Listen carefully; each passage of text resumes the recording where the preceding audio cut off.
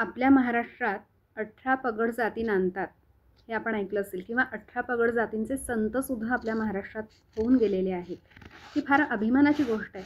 पण 18 पगड म्हणजे नक्की काय? तर प्रत्येक जात किंवा ती पोटजात आहे त्यामध्ये प्रत्येक जातीची पगडी बांधायची पद्धत ही वेगळी आहे. विशिष्ट पद्धतीने ती पगडी बांधली जाते. आणि त्या 18 जाती कुठल्या ते ऐका. तांबट, पाथरवट, लोहार, सुतार, सोनार, कासार, कुंभार, गुरव, धनगर, गवळी, वाणी, जैन, कोष्टी, साळी, चितारी, तेली, माळी आणि रंगारी अशा या 18 जाती आणि या 18 जातींच्या पगडी बांधायच्या 18 पद्धती म्हणून 18 पगड हे नाव आहे.